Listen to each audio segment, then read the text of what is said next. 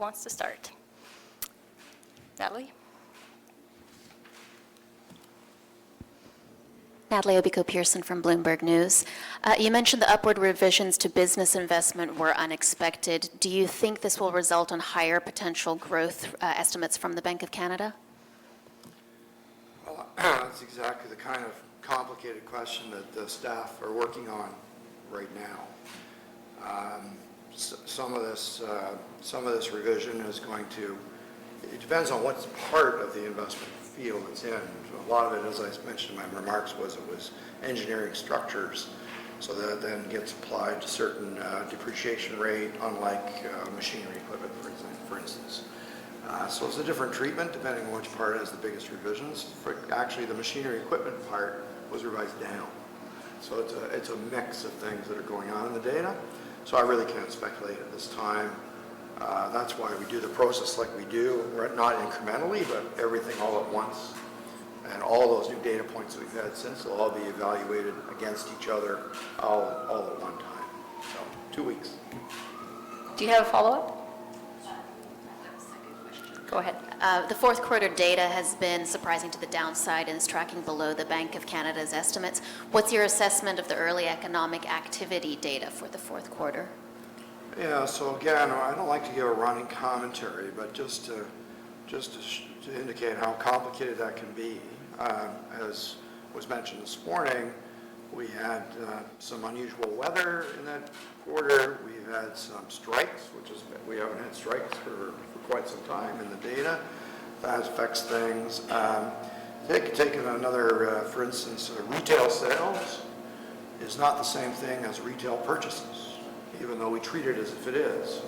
And so all the stuff you bought from Amazon during the fourth quarter, not part of retail sales. So there's a number of things that have to happen in order to make those data actually readable. One of the things that's gone down, as was mentioned this morning, is consumer confidence. But in the last couple of weeks, it has stabilized and edged higher. So again, those kinds of things need a lot of interpretation. We don't just take them as a mechanical approach. So I'm just not in a position to sum that up for you, just to indicate it's not as easy as it sounds. Okay. We'll go to Tessa here in the front. From Reuters News. Governor, what has kept underlying inflation running above the bank's target when the economy has been sluggish? Well, as I see it, the three measures that we took lots of work to create, which are meant to extract the noise out of the inflation data, the three core measures, have all been very close to 2% now for the past 2 years. The economy, roughly speaking, has been... We're just going to switch your mic. We're having okay, sorry. Okay, go ahead. Yeah. Okay, all right. Thank you. No, man, this is working? It is. Great. Back to my DJ days.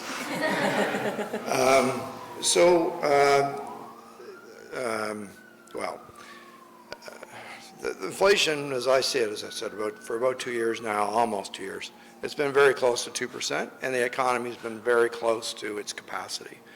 So these are not knife-edge things. Okay, you need a persistent period of excess supply or excess demand in order to turn that series into a different trend line.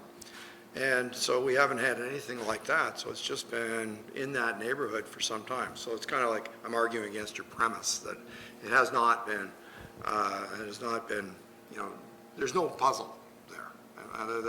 The economy has been very close to potential all that period.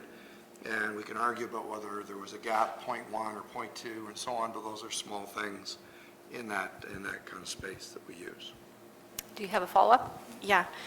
Does elevated underlying inflation give the bank less flexibility to cut interest rates? Let's just go back to how the monetary policy problem would work. It would be you make a forecast of inflation 1 to 2 years from now and ask where is that going to be relative to your target. And if it were going to be meaningfully above target, that would be a reason to raise interest rates. If it was going to be meaningfully below target, that would be a reason to cut interest rates. And so it's not a question about flexibility, it's about what is your outlook for inflation, given everything you know, and in 2 weeks we'll give you a new outlook for inflation. And so current inflation, of course, it feeds into that question, but it is not the decisive thing. What is decisive is the fundamentals that underlie inflation. How are they evolving in your forecast? And for that, of course, I'm not going to sum that up for you today because we're working on it now, and we'll give you a full briefing on that in 2 weeks. So, you know, maybe one thing that is connected, though, to your question, which I could mention, is when inflation's already meaningfully below or above target, then the problem is less symmetric than the one I just described. Because if there was a gap opening up, if the economy was slowing down and inflation was already well below target, then of course that means that the chances of catching up to your target are being reduced quite a lot at the time. And so then that means that your need to adjust policy is much stronger because it's an asymmetric problem that you face. But when inflation is on target and expected, our last NPR was expected to remain very close to target, then you can treat every shock that you see very symmetrically and ask, well, how long is it going to last? Is it persistent, or is it just going to be a few months? Can I see through it? Is it just a fluctuation that I can see through? Those judgments are much more meaningful when you start the question from already on target. See the difference between those two? So if we go back to 2013 and 2014, it was the other way around. We were like already below target, and there was a gap, and it looked like the economy was slowing. So you've got all kinds of reasons why you should be thinking about whether it's time to reduce rates and try to turn that around. We'll go to Frank at the back. Okay, Frank Chi with Omni News. 2 questions. First one is that you mentioned the first phase of U.S.-China trade agreement would be beneficial for Canadian economy. Can you elaborate a little bit more on that? How can that help Canadian economy? And secondly, that according to incomplete statistic, that direct investment from China are down by over 80% comparing to 2018. So how would you suggest the investment from China would be play what kind of role in Canadian economy? Okay, so what I said in my remarks is that we don't know yet what the new agreement between the U.S. and China may mean for Canadian exports. There can be effects of trade diversion and so on that we need to analyze in detail when we have those details. But that's kind of the small part of the question, because we are long-term trading partners, and there are certain markets which will continue to trade between Canada and China, as we have in the past. It's a global market. But what is of more concern and has been a more important variable in our forecast has been the uncertainty associated with the future of those trade rules. And that uncertainty is slowing down investment everywhere in the world, not just in the United States, not just in Canada, not just in China, but everywhere. And if that agreement helps to reduce that uncertainty looking forward, then it's probably going to make a better investment outlook for the world. Investment is a highly trade-intensive activity. Machinery and equipment is the most trade-intensive part of the trade statistics. And so the fact is that they kind of go together.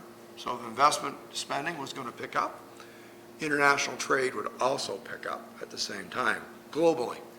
So those are the kinds of signals we'd be watching for in 2020 once this agreement is in place and people can understand its implications. And again, assuming that there aren't new sources of uncertainty that emerge instead. Second question is about foreign direct investment in Canada. So actually, over the past year, foreign direct investment in Canada has been rising. It has been picking up pace. And has been very strong, actually. And so you may be right in your premise. I don't have my fingers on who's been doing all of the investing and who's down and who's up. But the fact is that if there's a decline in one, there's a rise somewhere else. And so we've had very strong investment. Overall investment in the energy sector has gone down more than 60% compared to where it was back before the collapse in oil prices in 2014, early 2015. And so we need to abstract from that. Of course, everybody's investing less in the energy sector at prices of $50 or $60 per barrel than they were when it was $100 a barrel. Of course they are. The question then is, for the rest of the economy, having understood the energy sector, what's going on there? And all the signals are very positive ones for, as we'll call it, hard dollar or direct investment in Canada. It's been very strong. Noémie? Bonjour, Noémie Mukanda de Radio-Canada. Noémie Mukanda de Radio-Canada, Okay. donc une question en français. Oui. Un de vos enjeux pour cette année reste le logement et on connaît la crise du logement ici en Colombie-Britannique. Qu'est-ce que la Banque centrale du Canada pourrait faire pour justement alléger ce poids du logement sur les Britanno-Colombiens en particulier? On sait que le gouvernement a pris des mesures, des taxes pour essayer d'améliorer un peu la situation, mais vous, à votre niveau, qu'est-ce qu'on peut attendre de la Banque? Ben, c'est une question très complexe, mais je dirais que le secteur du logement, c'est un secteur très important pour les perspectives économiques. Et depuis quelques années, c'est pas très récent, c'est beaucoup en période très longue. Et c'est pourquoi on le regarde très soigneusement pour comprendre les effets de ces politiques additionnelles. C'est évident que les politiques, les taxes, les impôts, etc., ont changé le marché local. Mais en même temps, on peut voir maintenant une reprise, c'est très clair. C'est évident qu'ils ont digesté ces changements. Et quand on l'a mentionné dans la salle, c'est que la demande fondamentale est très, très forte. C'est à cause de l'immigration. Et l'offre des maisons est beaucoup inférieure à cette demande. Alors, dans ce contexte, nous avons les ingrédients pour les prix plus élevés. C'est naturel. Alors, on regarde cette situation très soigneusement pour le comprendre et pour, j'espère, ne pas avoir les attentes inflationnistes dans le marché, la spéculation. C'est pas un signe d'un marché soin. Un rôle que vous pourriez jouer justement pour éviter, une fois de plus, ces spéculations ou que les gens croulent sous des dettes, surtout en Colombie-Britannique? Ben, il n'y a presque aucun rôle pour la politique monétaire dans ce domaine-là. On fait une politique monétaire pour le pays entier. Ce n'est pas une politique juste pour la Colombie-Britannique et certainement pas seulement pour le secteur de logement. C'est une question des perspectives pour l'inflation et quelle sera la trajectoire pour les taux d'intérêt qui nous livreront le taux d'inflation possible. Et il y a des autres effets à part de ça, par exemple, dans le secteur du logement. C'est important de les comprendre, mais c'est le domaine des autres politiques pour peut-être influencer ces choses-là, en particulier la spéculation. Parfait. We'll go to Taylor. I'm Tyler Orton, Business Vancouver newspaper. Look at the housing markets in southern BC, southern Ontario, and think about your kind of pursuit of the overnight rates. How do you find that balance? Because these markets are very detached from what's going on in the rest of Canada. So we find that balance by only looking at it in aggregate. So we are about the Canadian macroeconomy, not about individual markets.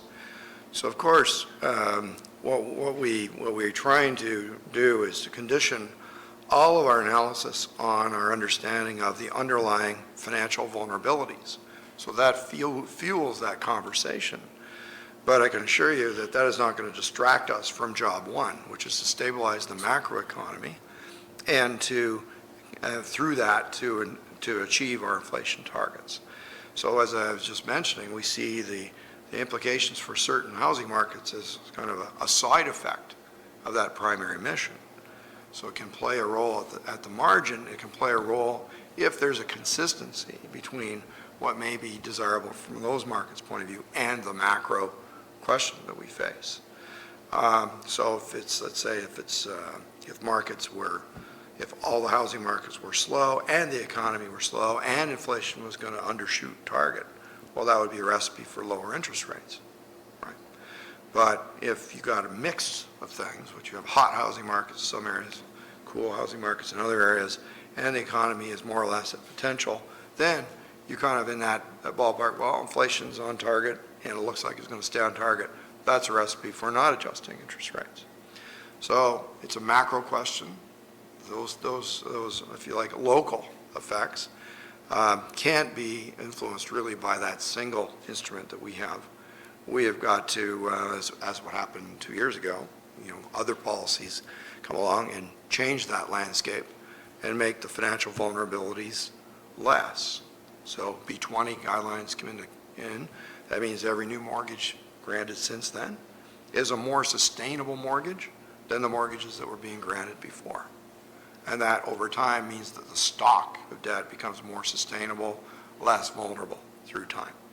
And that's what matters to us, that financial vulnerability of the system overall. Follow-up, you had mentioned earlier that household debts, one of the vulnerabilities here in Canada. Do you think when you look at markets locally with southern British Columbia, southern Ontario, is that a particular concern, those particular regions? So a little perspective is worthwhile because, a year ago, we didn't know the answer to that question because what had happened was interest rates had risen, new taxes had been put in place in certain housing markets, and the B20 guidelines had gone into place. So we had all those things affecting the market all at the same time. And so for us, it was an important piece of analysis over the course of 2019 to continue to probe that and to understand how the net effect of all those things were shaking out. Now, if the market continued to slow and slow and slow, well, then you still wouldn't know. But since the market bottomed out and has recovered, and since other markets, every market has had a B20 guideline, okay? And we never had any shakeout or correction in other housing markets outside of Toronto or Vancouver. And so it's hard to argue that B20 is the thing that is holding back the housing market. It's not holding it back in all the other markets that have B20. And so where there's population growth, there's demand for housing, and housing is going to go up.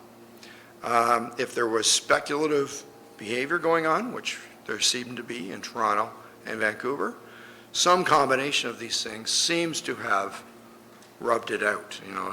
It cooled those expectations, made it less automatic that people were going to profit by investing in more housing, and that has given us, a somewhat more balanced kind of markets in those hot areas.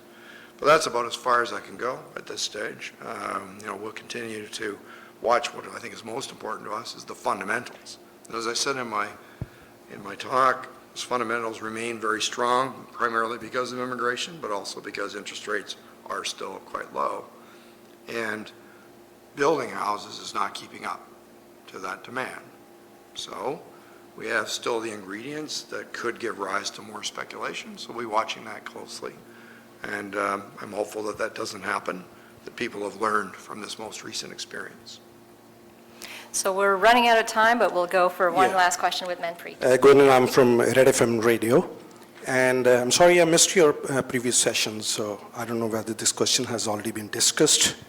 Now, as you said that you're going to introduce new security features in the currency notes in the days to come. So just want to know what are going to be those security measures and why this $5 note is so important. Sorry, the last part of your question? Why $5 note, which you're going to introduce soon, is very important. Well, soon is a relative term. We are going to begin the consultation process soon to help determine who would be on that $5 banknote. That is only the very beginning of a long process. As I indicated in the room when I held up the Viola Desmond note, back in 2013, I said, when can we have a woman on our banknotes? And they said they didn't think they could do it in 7 years. It's a long process. And so what happens, though, is that you're referring to security elements. I won't go into, there's some of those that are explained well on our website. And each new banknote usually has something new in it, which may or may not be explained in detail because, of course, they're a security feature. We wouldn't want to explain to you how to replicate it, would we? That's one of the reasons why we do it. But there are a wide range of state-of-the-art security measures already on our banknotes, and I don't know, by the time we get to print a new $5 banknote, no doubt there'll be one or two brand new things to incorporate. But I'm not in a position I don't even know them, so I certainly can't describe them for you today. The five, this back when we proposed to modernize the 10, it was decided at that time that the next banknote would be the 5. That's one of the highly used banknotes, so they wear out fast because you carry it in your pocket and used for coffees and for tips and all this sort of thing. And so, whereas like the 20 is the workhorse, and the 50s and 100s don't get used nearly so much, so they last much longer and so on. So the 5 is a natural one to look at next, and I can't speculate when we'd be actually printing it. I won't be governor when it's printed. That much I can be sure of. Perfect. We'll conclude on this. Thank you so much. Merci Thanks, beaucoup. everybody.